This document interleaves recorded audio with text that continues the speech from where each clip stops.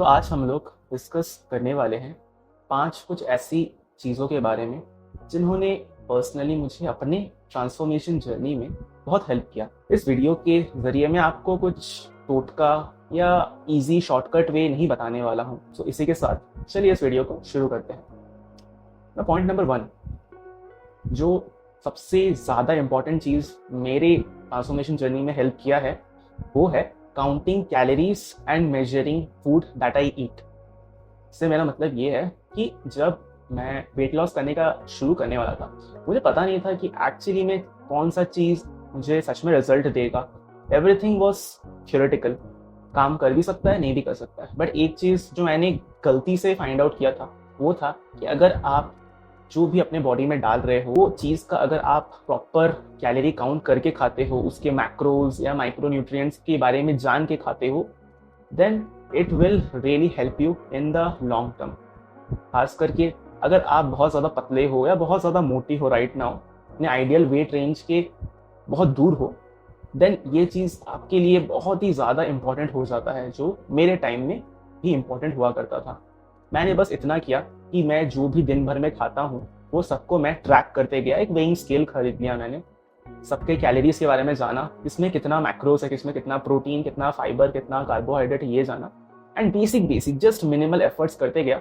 जैसे कि आप एक गेम समझ लो, मैंने पहले पता किया कि मेरा डेली मेंटेनेंस कैलोरी कितना है, मेरे हाइट, वेट, जेंडर, एज के हिसाब से, एक्टिविटी लेवल के हिसाब से।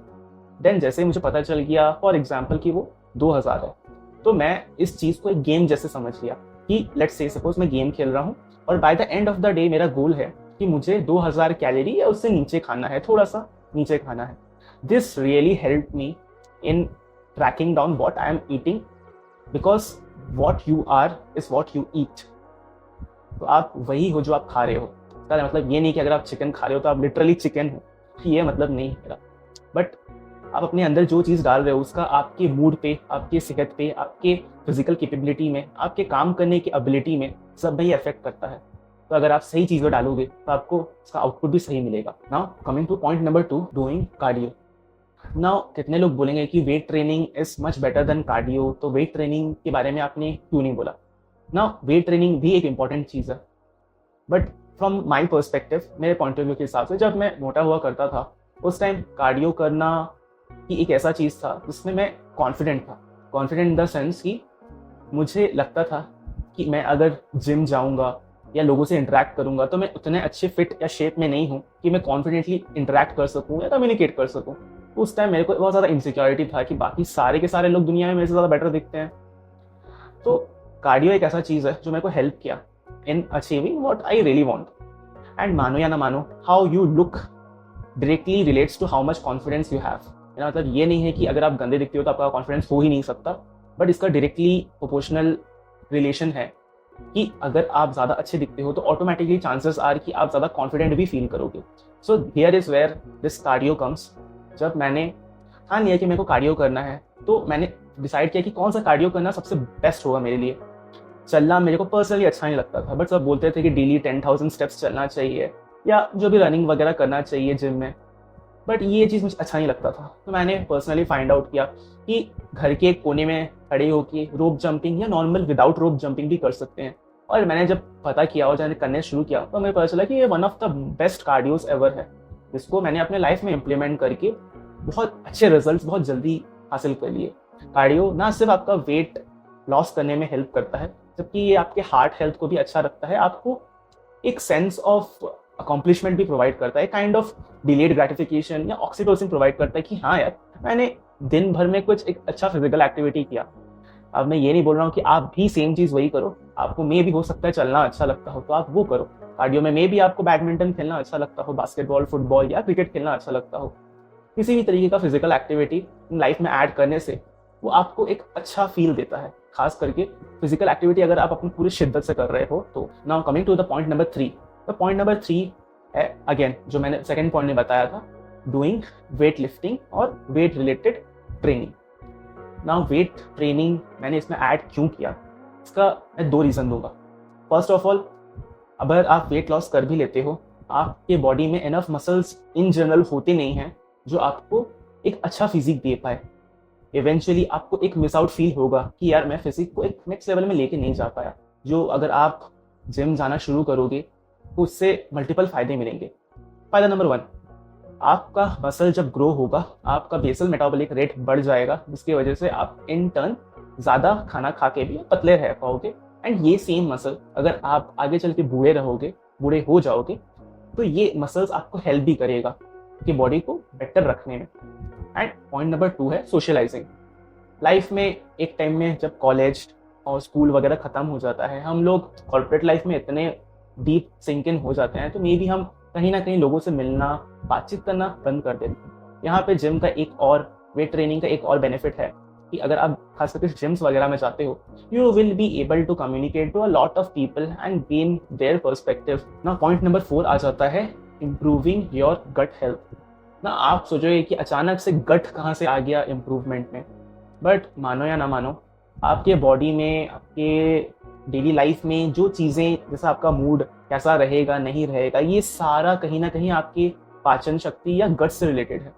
अगर आप जो खा रहे हो उसको आप सही से पचा नहीं पाओगे तो उसकी वजह से एक तो आपका बॉडी डिस्टर्ब रहेगा। बॉडी डिस्टर्ब रहने की वजह से आपको मेंटली भी डिस्टर्बेंस फील होगा, एंड मेंटली डिस्टर्बेंस फील होने से आप जो भी काम करना चाहते हो, जैसा रिजल्ट चाहते हो, आप 100% दे नहीं पाओगे। देन वो इंटर्न आपको बाद में हॉन्ट करेगा कि ये मेरे नहीं दे पाया मेरे इस चीज़। तो improving your gut health becomes one of the main things that we should focus on. तो ये काफ़ी अंडररेटेड है ना। गट को फिक्स करने के तो काफ़ी तरीके हैं, मे भी हर इंसान के गट रिलेटेड इश्यूज को टैकल करने का अलग रास्ता हो। सबसे बेस्ट तरीका होगा कि आप एक डॉक्टर को कंसल्ट कर दो अगर आपको गट रिलेटेड कुछ भी इश्यूज हैं। मोस्टली अगर आप अपना डाइट वगैरह फिक्स कर लो, अपने रियल लाइफ में exercises, cardio and weight training को इम्प्लीमेंट कर दो, तो शायद 80% गट रिलेटेड इश्यूज सही हो जाए अगर आप क्लीन खाना शुरू कर दो।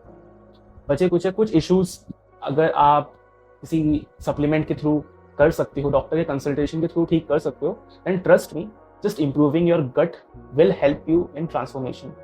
अभी एक और एग्जाम्पल मैं देता हूँ। कितने लोगों को शायद पता नहीं होगा कि उनके मुंह में जो पिंपल्स वगैरह होते हैं वो एक्चुअली गट से रिलेटेड है।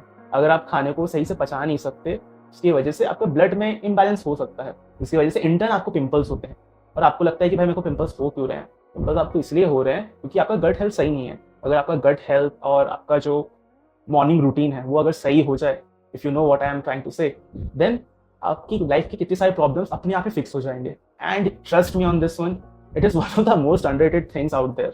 Coming to point number 5, keeping yourself away from negative energy as much as possible. Life में बाकी लोग कैसे आपसे इंटरेक्ट करते हैं, इसका आपके खुद के लाइफ में बहुत इन्फ्लुएंस पता चलता है।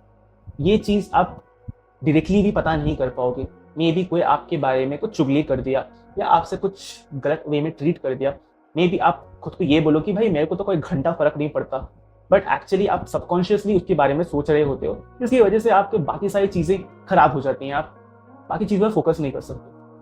आप खुद ही सोच के देखो, हम दोस्त क्यों बनाते हैं? हम दोस्त इसलिए बनाते हैं ताकि हम एक अच्छा क्वालिटी टाइम स्पेंड कर सकें। अगर आप उन लोगों के साथ घूमते फिरते हो या उन लोगों के साथ सर्कल में हो जो टाइम टू टाइम आपके मेंटल पीस को खराब करते हैं, जो टाइम टू टाइम आपको नेगेटिव एनर्जी प्रोवाइड करते हैं, तो फिर इस दोस्ती का क्या फ़ायदा?